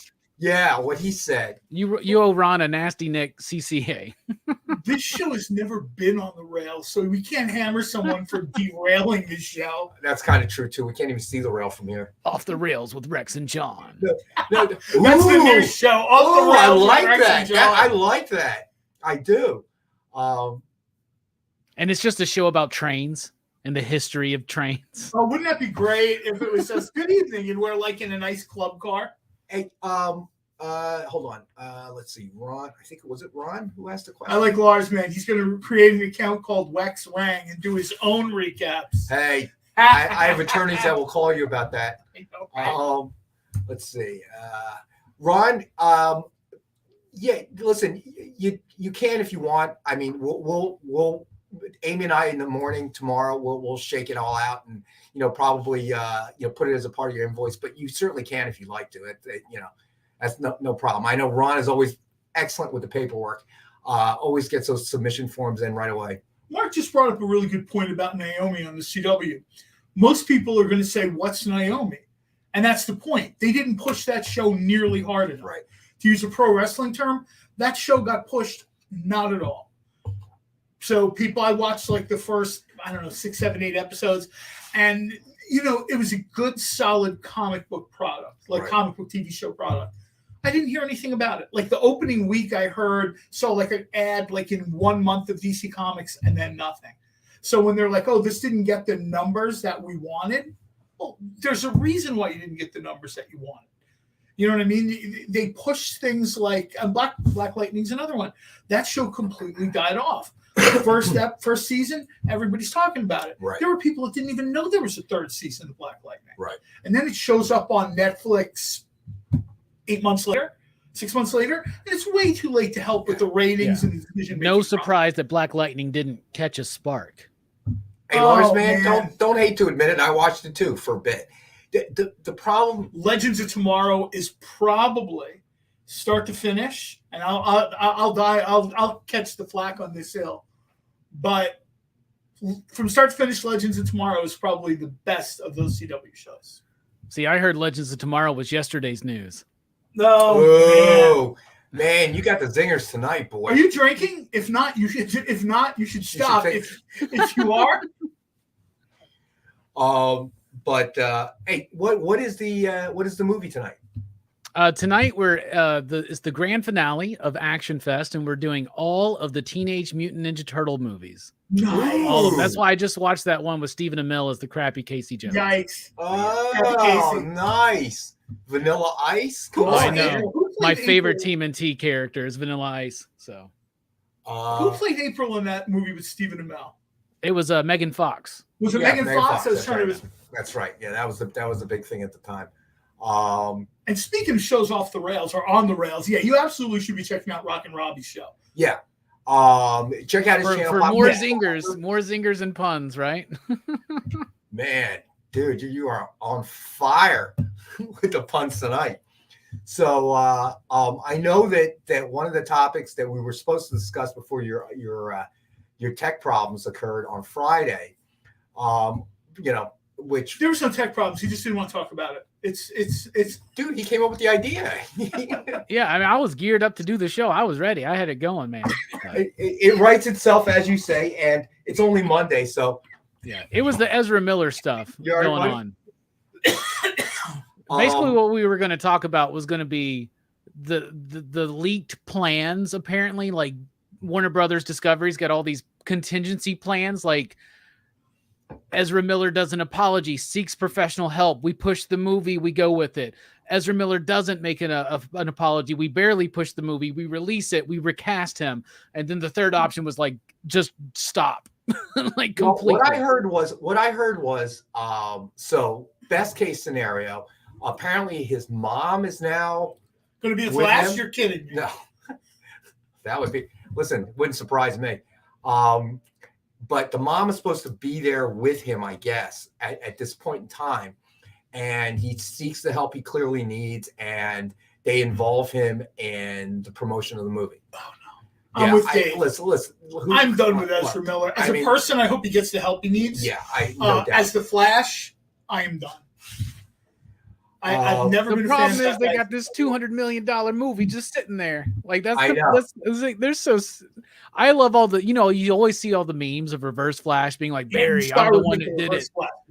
Yeah, you always see that might actually work. Oh, that could be cool. But you always see the Reverse Flash memes where he's like, it was me, Barry. I messed the timeline up. So I saw one is my favorite. It's like, it was me, Barry. I'm the one that cast Ezra Miller as the Flash. So you'll never have a blockbuster movie. So, and then I think the second solution was that they would release the movie, and if he didn't seek the help or whatever, and just not use them at all in the promotion of the film. Redbox doesn't even want that movie. Redbox, Blockbuster too. And then of course the third option is you take this $200 million and you kiss it goodbye and you take your tax write-off, which I think is beyond just the dollars here. Okay, that movie was supposed to be a linchpin that launches the rest of the DCE. That was supposed to take all this confusing stuff and put it in on one track. The problem is he's a terrible Flash. So no matter how good everything else was around him, if he's the linchpin, he's a terrible Flash. They said it tested well. Yeah, no, I don't believe it either, personally. But this is what happens. Somebody makes a mistake, and rather than admitting they make the mistake and probably losing their job, they create this superstructure around it to make it look like, oh, everybody loves Ezra Miller. No, they don't. You know who had the right idea about Ezra Miller? The people that did the Harry Potter movies. I'm sorry, the Fantastic Beasts and Where to Find Them. He was a big part of that, and all of a sudden they saw the writing on the wall, and well, they had bigger problems. Look, the guys they had Johnny Depp's situation. Well, DC's also got Amber Heard, so like, there's just like, it's just you can't win, man. It's like, luckily, The Rock has maintained his wholesome image. I'm just gonna say that, right? Yeah, well, Dwayne Johnson is like, stay away from me. Like, stay off the island of Hawaii. I don't want to know who you are. All I knew is that at 1 minute Ezra Miller was in Hawaii, and then The Rock started talking about doing a movie, and he was about as far continentally in the United States as he could be from Hawaii. Well, I mean, at this point, I don't know what you can do. It is such a mess that I don't think that any decision is going to result in anything positive. I think you're really just looking at what is the best case scenario given the situation they have. And the best case scenario is clearly his mom gets involved. He gets the help that he clearly needs. Somehow it all kind of straightens itself out and you release the movie. Isn't this just wild? Isn't this just wild? You're basically saying that one of their plans is they want his mom to like chaperone him to like press releases. His mom has to be a sponsor? They call his mom. It's so crazy. Like, bruh, Ezra, we're gonna call you mother. Like, that's like the ultimate. Like, whoa, don't call my mom. And Chamorro, I've been saying this since we started talking about this. Okay, why they didn't cast Grant Gustin, I have no idea. Because there's still this endemic prejudice in Hollywood against television. Well, look how that worked out for him. Well, the thing is, it's all flipped back. It's because they watched Stephen Amell try to do Casey Jones, and they're like, no more Arrowverse actors. I mean, that was just a bad movie. I mean, there's come on. Always this thing. That's a good movie. There's always this thing between movies and Hollywood. Always. I mean, TV and Hollywood. Hollywood has never been able to accept the television era. 50 years later, they still live in this fantasy world that better stuff that comes from movies and on television. Sometimes that's true and sometimes it's not. With streaming services, Hollywood is really now up against the wall where, you know how you underwrite all these super boring movies I'm never going to pay to see? With Avengers #9, that's how you pay for those. And what we're at a point now where Disney Plus, like they know for a fact now, we could just put this stuff on our own platform. We don't need to put it in theaters. Right. We could charge a sucker like me $20 a month, where I don't have to go to the movies. And when I wake up Thursday morning at 3 a.m, my movie is there. And well, so I think they have to start realizing we're all one big enterprise. Whatever the platform is, we're all one big enterprise. And as soon as they realize that, that's when they'll start realizing, sure, we already have a Flash. Right. Grant Gustin is the Flash. We already have one. I mean, it's the problem I think with DCE has always been they keep thinking in this, and they're doing it again now, is they keep thinking of the big cinematic release concept. Okay. And what I'm trying to say is that the numbers are clear. Okay. A lot of people went to movie theaters before you could live stream and things like that, or you could just stream everything. A lot of people went to movie theaters because they had to. Okay. Now, there are people that want to go to movie theaters, like John, like Amy. They enjoy the movie experience. But then you have a segment of the movie watching population that doesn't enjoy doing that. They are just as happy to watch it on their flat screen at home. For a variety of reasons, they're not going back to the theater. Sometimes it's financial, sometimes it's personal or social. We still have this thing where people don't know about COVID, monkeypox, and the T-virus and whatever else is floating around out there. We're in a society now, particularly in this country, where everybody has sort of gone to their corner, so to speak, right? Well, I mean, listen, even before, more importantly, when is Rex going to find more statues? My friend, as soon as they shake some loose, the statues are always difficult because they're created for a particular market, and they're usually exclusive to that market. So I can't grab any until, a period of time has passed. But I can walk into a room right now and grab a statue. Yeah. They usually call that theft. No, I wouldn't keep it for a change. I would offer it up to people. But one of the biggest problems I think that they're not understanding is they think it's an either or, and it's not. I think that the viewing audience has evolved. Part of it due to technology. I was never a big moviegoer to begin with, so they didn't exactly lose me. But if I wanted to see a movie and it was going to be a long time before it ever get anywhere else, I would go and see it, okay? Because I want to see it, not because I wanted to go to enjoy the movie theater experience, but because that's the only place I can watch it. But you can't go back there. That cat is out of the bag. Pandora's box is open. You can't ever go back to. Well, you're never going to see it anywhere but the movie theater, okay? The way Disney and Marvel and everybody else has made, just blobs of money doing people it this are like, way. Well, what if? Well, remember when Disney used to put things in the Disney vault? I'm old. I remember, even with VHS tapes, they would sell DVDs, and then you wouldn't see it again. You wouldn't see it. Finally, someone at Disney woke up and said, "Hey, wait a minute. This should be available 24/7, 365. Let's just make them pay for admission." Well, the crazy thing is, though, that it's not. And that's I'm a big physical media guy, right? I still buy Blu-rays. I like to have my stuff, whether it's comic books, novels, or movies. I like having physical media because, especially being a horror fan, there's tons of stuff that you can't find. It's not available. We found this out with True Lies. It's not streaming anywhere. You can't rent it. You can't find it digitally. If you don't have a DVD copy of it, it's never even been released on Blu-ray. So the more that we allow the streaming services to dominate, the less media, the less art we're going to have access to. Support physical media. Buy your comics physically. Buy your movies. Go to the theater. Are you getting paid for that, Robbie? Support your local Rockin Robbie. By hashtag physical media. Dwayne Supreme brings up a really good point, and he says Top Gun Maverick says folks are going to the theaters. I both agree and disagree. The math, the numbers, the economics are there. Nobody would deny. I think Top Gun is still the box office champ for this year. Yeah. However, people waited 30 years for Top Gun Maverick. There's not going to be another. If they do another Top Gun movie next year, it won't have the same. Literally, there are people in our generation who saw Tom Cruise be Maverick and waited and waited and waited. Right? It's like a Bond movie. Yeah, sure. People are waiting 3 or 4 years to go see these things. This year, again, is all about, Thor came out and people were like, this movie's terrible. Well, the thing with Top Gun is that Top Gun found a way to deliver something that people want to see in theaters. Yes. I got to tell you guys, I think that I'm going to disagree with you, Robbie. I'm going to go with John's theory only because I believe that it tilted the scales because it had been 30 some odd years. Okay. And people were excited to see this and the trailers were good and the reviews were good and people have waited a long time. Tom Cruise has a little bit of cult of personality going on too. Yeah. Maybe a little pun intended, but he really does. There are people that no matter what Tom Cruise does, like me, I will go see them. Well, the whole concept, I'm eager to see it. Okay.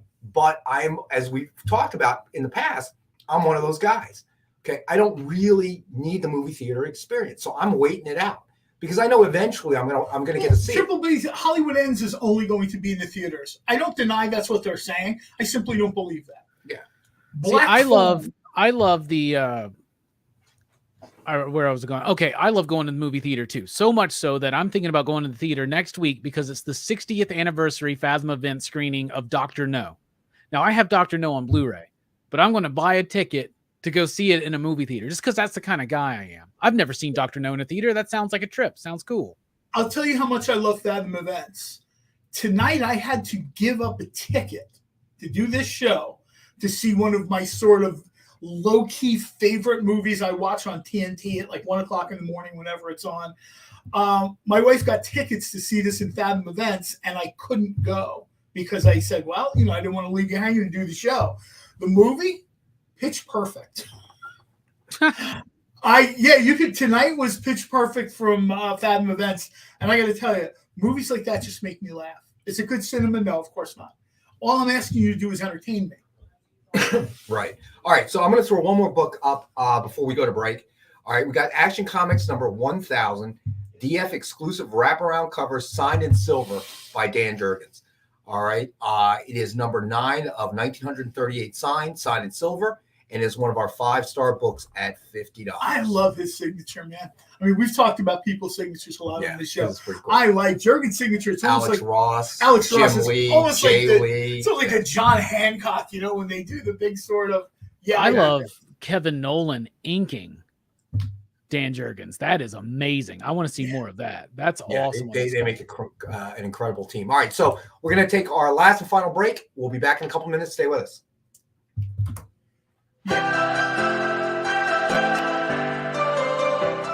This is The Experience.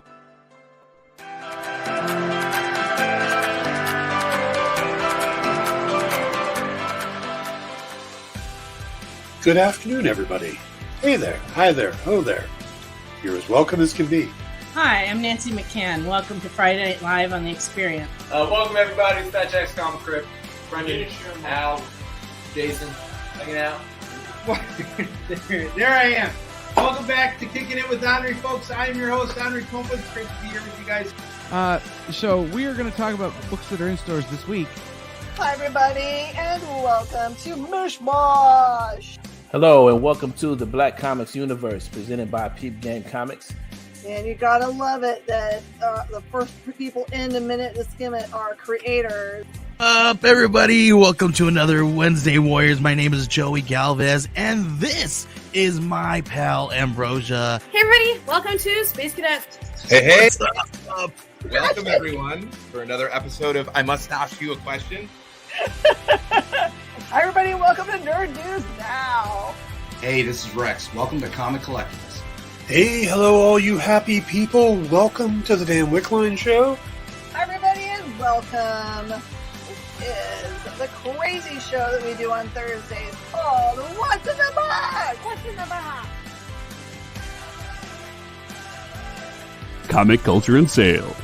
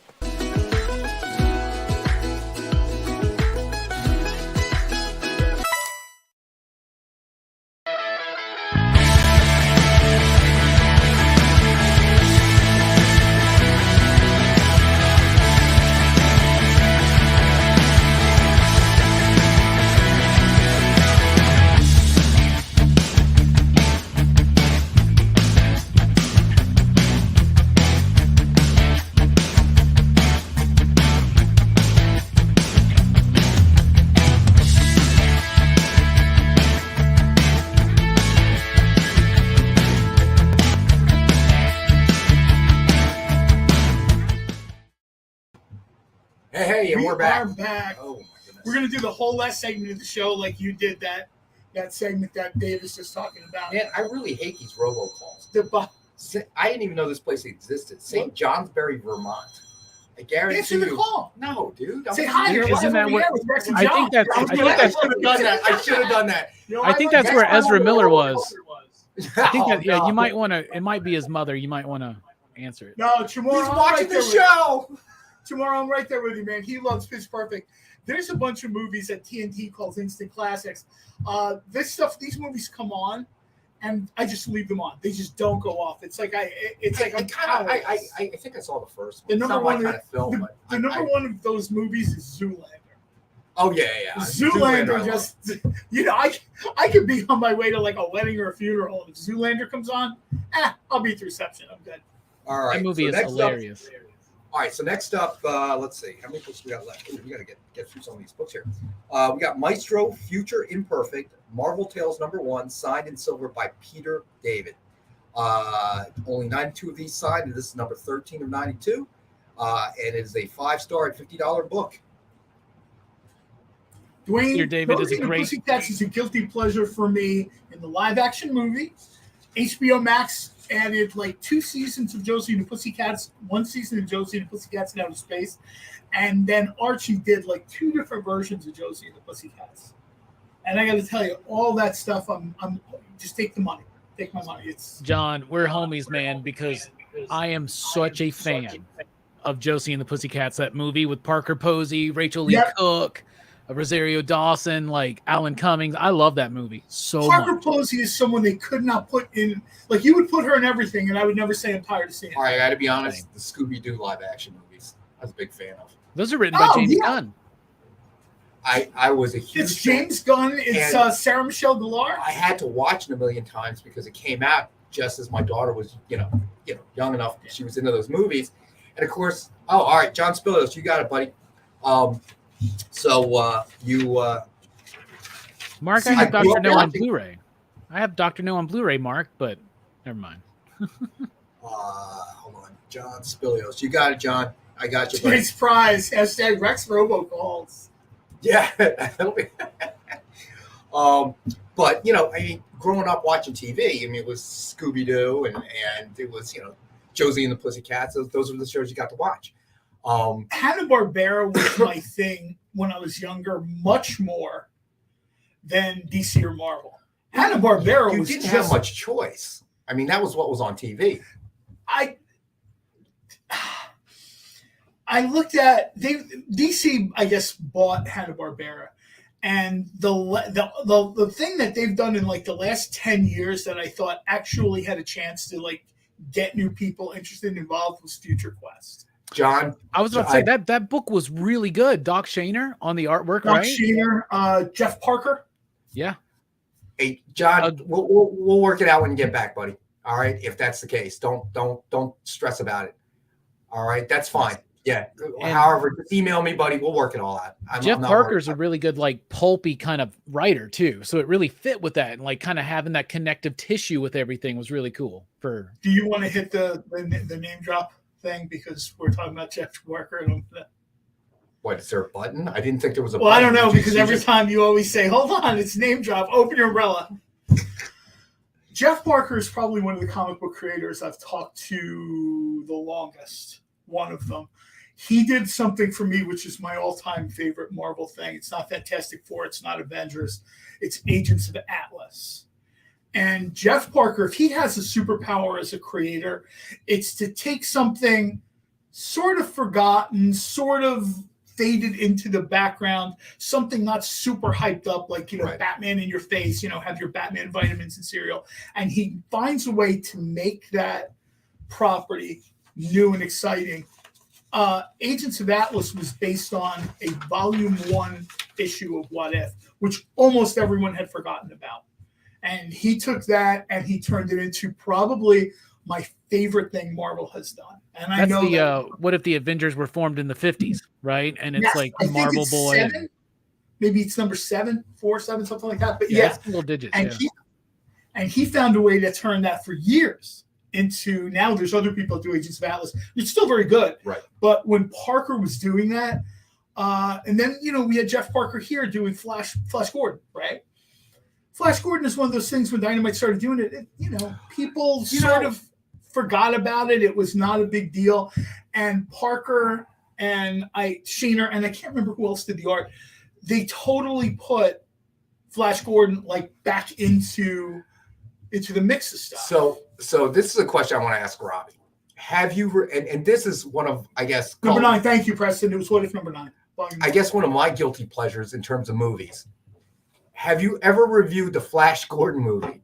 that came out in the 80s. Yeah, it's been something that has probably been put on PCP movie polls before. People talk about it. I haven't seen that movie since I was a kid. I know a lot of people are fans. We had, what's his name? Is it Sam Jones? Is that his name? Yes. Yeah. Sam Jones. He was in town at a con not too long ago. So it is probably something we will definitely be revisiting, because it is almost shameful that we did Beastmaster before we did Flash Gordon. Yes, and Brian Weaver, thank you for saying that. Mark Singer deserves a shout out, man. I grew up watching that movie, and dude, it was corny. The soundtrack by Queen was unreal. I mean, come on. But it was just so tongue in cheek, the whole movie. It was so I've met Sam Jones in a bunch of shows. I think we all probably have seen him in shows at one point or another. And he always talks about how shocked he was about how like Queen did the soundtrack. He was like, because he gets the script and he's like, I was a hungry actor like everybody else, right? And then they're talking about Queen is going to do the soundtrack, and we're like, what? Like Queen? That was unbelievable, that soundtrack. But Brian Weaver, one of my all-time favorites. I gotta say, it's pretty close to hitting my top 10. He'll Save Every One of Us is a line that essentially every person who's written Flash Gordon for Dynamite, I'm not saying that I insist that they do it, but they know someone will insist that they do it, so they put that line in there, and that always makes me happy. And the who played James Bond in the middle? What's his name? Roger Moore? No. George Lazenby? No. Further, more. Timothy Dalton? Timothy Dalton. That was like the first time I think I ever saw him in a movie. Oh yeah, he was Prince Baron. Yeah, and where they have that one scene where they're sticking their hand in that thing. Brian Blessed played. Oh God, I can't think of the Hawkeye. Oh yes. Vartan? Yes. Yeah. Oh my gosh, I love that movie. Let's see. Yeah, that's great. Where Ted Mark Wahlberg meets Sam Jones in a movie. That's great. Because there's that poster on the wall. They're like hardcore. That was awesome. All right, I'm gonna throw out some Dynamite books here. Yeah, Flash Gordon is definitely one we're going to revisit soon. I'm starting to put together the 2023 list for the beginning of the year. We may have to pop in there for that. I definitely will. Are you kidding me with this? All right, so we have Mad Balls versus Garbage Pail Kids #2, Jason Crosby Virgin cover. All right, it's just a retail of $50, and we have one available for $40. I loved the first issue of this so much. It had this like fun, quirky, underground kind of vibe to it. And it's like, how are you going to do a Garbage Pail Kids Mad Balls crossover? How do you do it, right? Well, you do it by just having fun with it. And that's what the book was. It was fun. And I just want to applaud you guys for having a Mad Balls comic, because comics got me into Mad Balls, because we all remember that ad from the 80s with the Mad Balls in the Marvel comics and stuff. And y'all, I love the Mad Balls so much. So stay. Make sure I'm going to take a bow. Hey, listen, I mean, glad that Topps decided to kind of move in that direction, and then we were lucky enough to get the license for the comics. So it's been a good time. I mean, that's for sure. And just like Top Gun Maverick, it's a sense of nostalgia. It really is. People have waited for this. How long? Well, there's the detail too. Like, so Mad Balls, we all remember they were these balls, but they did these Mad Ball figures where you could pop off the heads, right? So in the book, like you see in certain stories, the Mad Ball figures, like they have their bodies and their heads pop. Like, I was just like, y'all almost had me on eBay looking for the Mad Ball. I only have one Mad Ball. I have Dust Brain. I was almost on eBay, y'all. I'm sorry to hear that, Creative Keep. That's called a typo, my friend. Dave Cerrone there. All right, so let's go to Immortal Red Sonja #5, Joseph Michael Linsner, Fiery Red Line art cover. It's just a retail of $50, and we have one available for $40. This is a very cool book. I'm enjoying this a lot.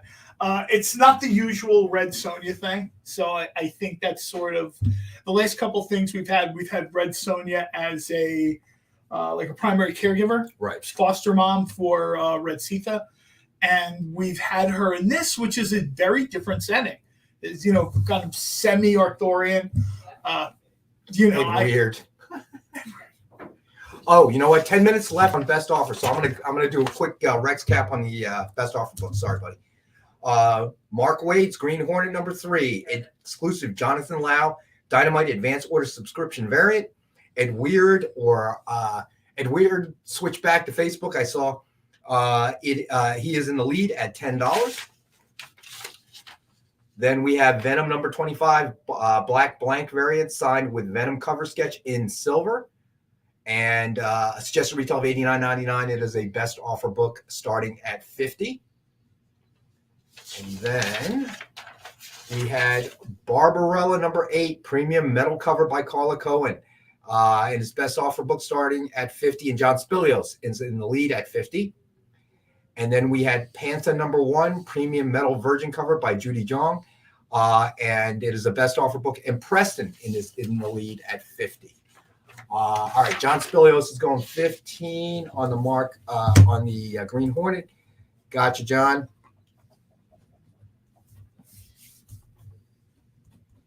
All right, I got you down, buddy. All right.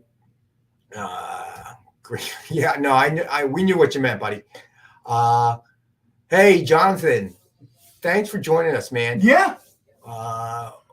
Where's that dude bleeding from? Oh, on the cover of which one? It's the Red Sonja, right? Red Sonja. What I like about it is obviously I can figure out the storytelling. She has stabbed this dude. But it also looks like she's just out there posing, having a good time. Some dude's like drank too much. He's out there puking, doesn't it? It kind of looks like he's just having a rough night. I was going to say there's blood on the sword. So. Yeah, she totally stabbed him. But either way, he's having a bad night. Yeah, I was going to, you know what? I had that first thought too, like, oh, maybe it's been a party. But then I noticed like the blood on the sword. It's Red Sonja. All right, let's go to our let's see. We have Army of Darkness versus Reanimator, Necronomicon Rising #2, and it is a Ken Hazer cover. Reminds me of is the homage to Superman Muhammad Ali. Yeah. Muhammad Ali by Neil Adams. Are there celebrities in the crowd? I think that's Deadeye Jimmy Carter looking at us, but I'm not sure. Nice. I like just retail at $50, and we have the one available for $40. There are so many details in this that I like, including awesome creative. If you read Reanimator, there's the reanimation formula is always this sickly glowing neon green color. They made Herbert West's boxing gloves that color. And that's a detail that small. That will make me double and triple dip on a title because I love all the characters, all the covers for these. And this is one of these things I always joke around about. I think Nick did this book because I've been asking him to see more of these two characters, and he figured, well, you know what? If I put two in one book, I can get rid. It's two birds with one stone. I get John out of my office and out of my DMs. Army of Darkness is, a lot of people. I hear this thing sometimes where, all Dynamite does is characters, female characters, and I'm like, hold on a second. And like, I'll name like 10 Dynamite characters that are male. Oh yeah, but there's 2 Vampirella books. I don't know what to tell you, man. I mean, what gets published is what gets sold. You know what I mean? In this case, this book is a trip. I tell people all the time, if you're a fan of either one of these, this has the same kind of energy that Vampirella Reanimator did, which is one of my favorite things Dynamite's done. All right. So, and what was the movie again you're going to review tonight? It's the Teenage Mutant Ninja Turtles franchise. That's right. Okay. So that's all the old ones plus the yeah, it's going to be the 1990 movie, Secret of the Ooze, Turtles in Time, the TMNT 2007 animated film, and the 2 Michael Bay produced ones. Yeah. Gotcha. Okay. Gotcha. 6 films. 6 films. So tune into Rockin Robbie's channel, Pop Culture Philosophers on YouTube, and that will be at 9 Eastern tonight. That's so right. Always a good time. I think comic art fans also have something going on tonight at 9. So if you don't like the Teenage Mutant Ninja Turtles movie review, can't imagine why, you can tune into Comic Art Fans, and they have their show tonight, I believe, at 9 o'clock as well. But other than that, we got best offers closing in 5, I think. Ron, you got it, buddy. See you Wednesday, my friend. I think, we got about 5 minutes left on the best offers if anybody wants to jump in. All right. And then let's see. Ooh, you know what? We have one more Dynamite book. Lady Hell #1. Joyce Chin Virgin covers. Just retail $50. And we have the one available for $40 tonight. It's a nice collar. Yeah, I knew that was coming. You know, I'm not familiar with the character of Lady Hell at all. It's a chaos character, right? So is this going to be a good jumping on point, I'm assuming?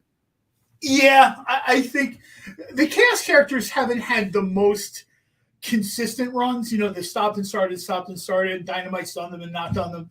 But this is a great place to sort of say, you know, I was just talking to someone the other day. They hadn't read Chaos Comics since the 90s, like the original run. And I'm like, there's a ton of really cool stuff, and everybody knows I love Evil Ernie. But this would probably be a good place to sort of, you know, check in and say, okay, you'll get, you know. Wait, Nick says this is a purgatory. Yeah, that's not, I was going to tell you. That's purgatory. That's not Lady Hell. Oh.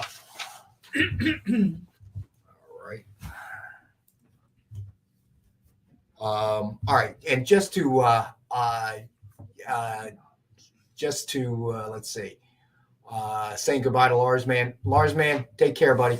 We'll see you hopefully Wednesday. Purgatory statues right up there. Yeah, I just read what they give me. But Lady Hell is actually, to be clear, that was Purgatory. But Lady Hell is the new book that's going to be coming out, and that is absolutely. It's some really cool covers. There's a cosplay cover by Rachel Holland. She was super excited because she had read that way back when. So she was, you know, she's like a chaos girl. I'm always trying to get her to do like a gender bend Evil Ernie cosplay. This is a good place, like Robbie said, to kind of jump in, because then if you like it, you can move in different directions. I don't want to say this is a little bit of like chaos universe breakdown or whatever, but yeah, this story is going to sort of be, you know what I mean? You've got all these components, basically people shot calling who wants to be in charge of the chaos universe, and I think this will give new readers a chance to see, you know, the lay of the land for chaos, so to speak. So it's hard. As much as I love Evil Ernie, it's hard to get a grip on the chaos universe with Evil Ernie. It's kind of, you know, it's like one of those characters they throw into everything. He's awesome. He's funny. They give him all like the good comedy bits. But, you know, you don't get like a ton of exposition, backstory, that sort of thing. And weird, we actually invoice for each show separately. We may, depending, you know, on timeline, but it keeps it a little bit straight here. So you'll get an invoice for tonight's show tomorrow. This way, it just makes it a little easier from a processing standpoint in-house. All right, so hopefully that answers your question. You know, we match up your submission forms to the invoice as well. All right, so we're down to less than a minute, 54 seconds on the best offers. All right, so if anybody, remember there's a lag time, so if anybody wants to jump in with the last minute, feel free. And let's see here. At Triple B, that's become a big thing. We were doing like a little bit of a comics chat on Twitter the other day, and more Dynamite fans are having that problem. They're like, the covers are not, I mean, it's a good problem to have, but people are having trouble. Like somebody said to me, oh, you always love the cosplay covers. And I do, because I know most of the cosplayers. But the truth is, I wind there, even before I started doing the show, there were times where I would wind up buying 3 or 4 copies of the book, because I talk to Dave Acosta so often. Like, if I don't buy the cover, I feel sort of name drop. You know what I mean? And Joseph Michael Linsner has been doing the Dynamite thing. If you go back and look at the art of Joseph Michael Linsner, that might be the most beautiful art book that's been done. All right, so best offers are closed. So congrats to everybody that got in on it. Again, I just want to take a minute to thank you, Tomorrow Cinema, by the way. Yeah, thank you, Tomorrow. And I just want to again thank everybody that's certainly viewing tonight. But the community has kind of just grown out of this. As I said in the beginning, you know, when John and I first started doing this, and then Robbie started to join us, we had no idea what direction we were moving in. Not to say that we have a lot of direction now, but it just sort of evolved. But I think there's a ton of shows. There's a ton of claim shows, right?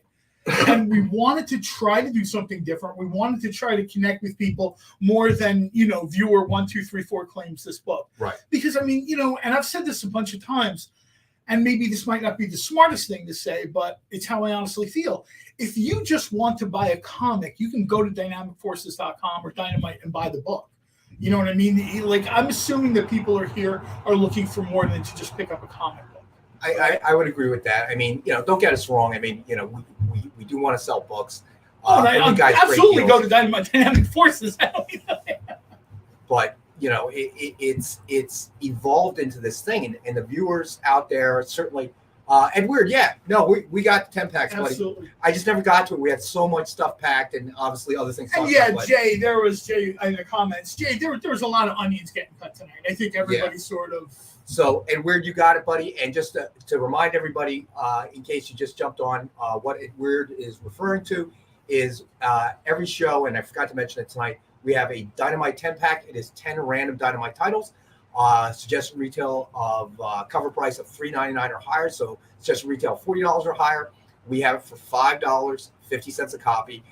They will be random Dynamite titles, but I think the other viewers that have purchased the 10-pack in the past will tell you we will do our best to give you the best variety we can.